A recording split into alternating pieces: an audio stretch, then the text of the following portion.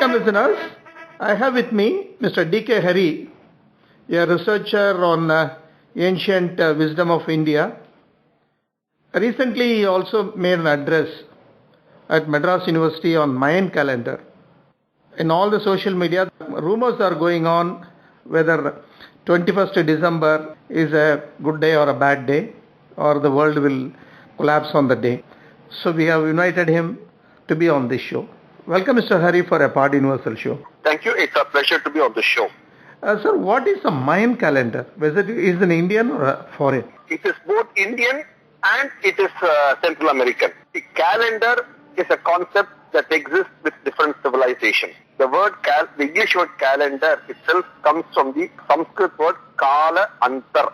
Antar meaning gap between two events. Okay. Kala is time. So Kala Antar, the gap between January 1st and December 31st is Kala Antar calendar. Then how is the Mayan calendar? Can you just briefly explain about the Mayan calendar origin? Mayan civilization of Central America has been a flourishing civilization for the last 5,000 years and more, till the period when it was wrecked and destroyed by Columbus and the people who sailed to the New World along with him. So it was a civilization that flourished for well over 4,500 years. One of the longest flourishing civilizations, continuous civilizations of this world. How do you mention that it is a combination of American as well as Indian? When you say this word Mayan, obviously it comes from the Spanish text who call them Mayans. They call them Mayans because when they went there, they heard that they called themselves as Maya. Okay. And this word, who these Mayas are or how they came there or what is the origins, a lot of research has happened. One of all this research and how they came there, all that we have mentioned in our book called 2012, The Real Story. Okay. In that we mentioned that one of the researchers in 1930 was the American USA ambassador to Mexico, Mr. Miles Poindexter, who in his book Arya Inca explains as to how these Mayans had traveled over the Pacific Ocean from India and Southeast Asia and come there. So they come there and it traces them to the clan of the Mayasura of the India and the Southeast Asian civilization. If you see Mayasura, they are Mayasura great builders in India.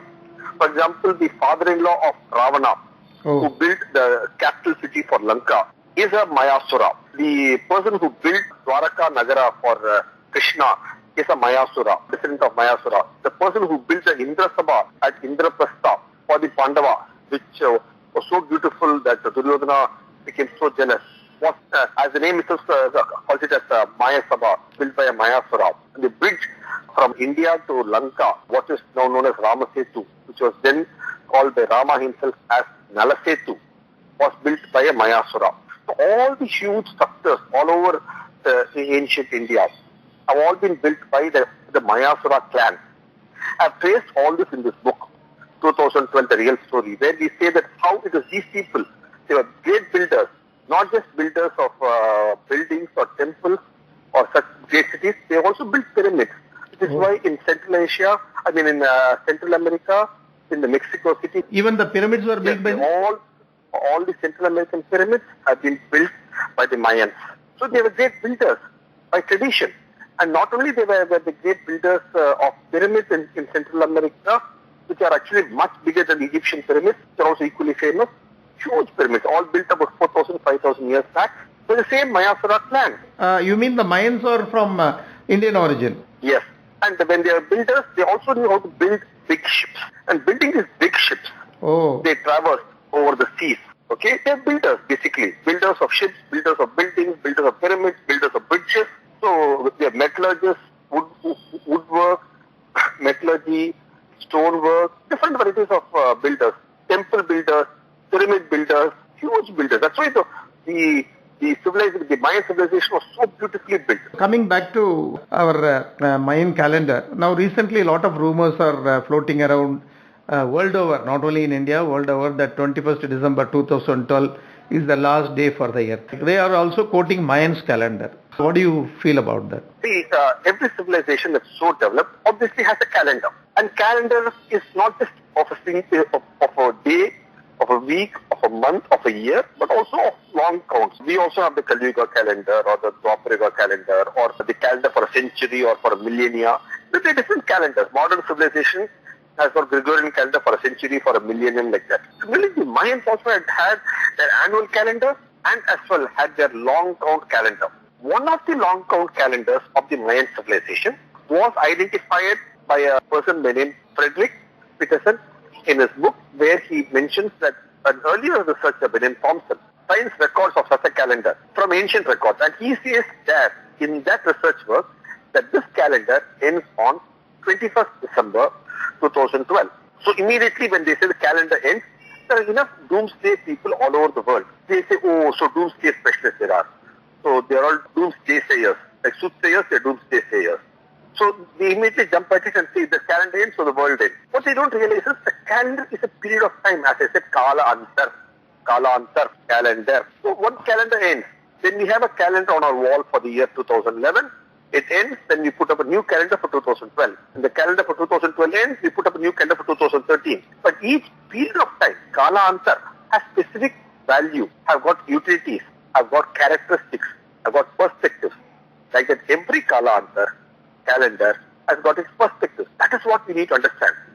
Doesn't mean the world ends the Doomsday series. The calendar of that particular year ends on that day. Of that era. Not year, because era, E-R-A, era. Era. Like that, what you call as Yuga. Yuga. So the next calendar will start from the next day, from 22nd December. Yeah, because 21st December is the winter solstice when the sun goes to the southern hemisphere and comes back on a fresh journey northwards.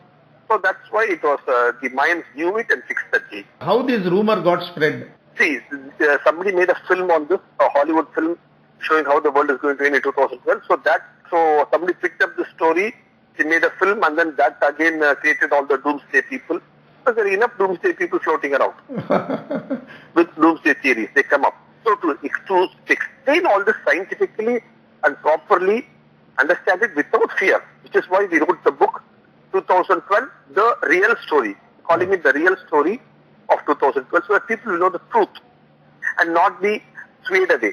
But a lot of positives should be taken from this. What is the message that you are going to give it to the listeners? See, as I said, each calendar, each period of time has got perspectives, has got characteristics. The Indian calendar typically has got a name for each year. There's a year called Nandana year, Vijaya year. For example, next year is called Vijaya year. So each year has got a name, it's got a perspective for it. Like that. When you say a long count calendar of Mayans, it's got a perspective to it. And when the calendar ends, the new calendar starts, we look at things with hope. When there's hopelessness, we look at things with hope. And see what are the things that come together to formalize this hope so we can look forward to a rejuvenated life. There are various set of factors like this. About 10, 12 of them. All this we have brought out in this book 2012, The Real Story. Explaining as to why each of them is a hope factor, a harbinger. A new calendar is a harbinger. A harbinger of ideas, a harbinger of hope, a harbinger of thought, a harbinger where all these things come together. So you are reassuring the people and listeners that everything will be smooth after 21st of December. The hope is it should be smoother. We should look forward to a new age where people can reason better, have a better scientific understanding. There's what you call more hope that things will be better for the world, for humanity as a whole. So with this note, I thank you very much for joining for the Pod Universal Show. Thank you so much. It's a pleasure.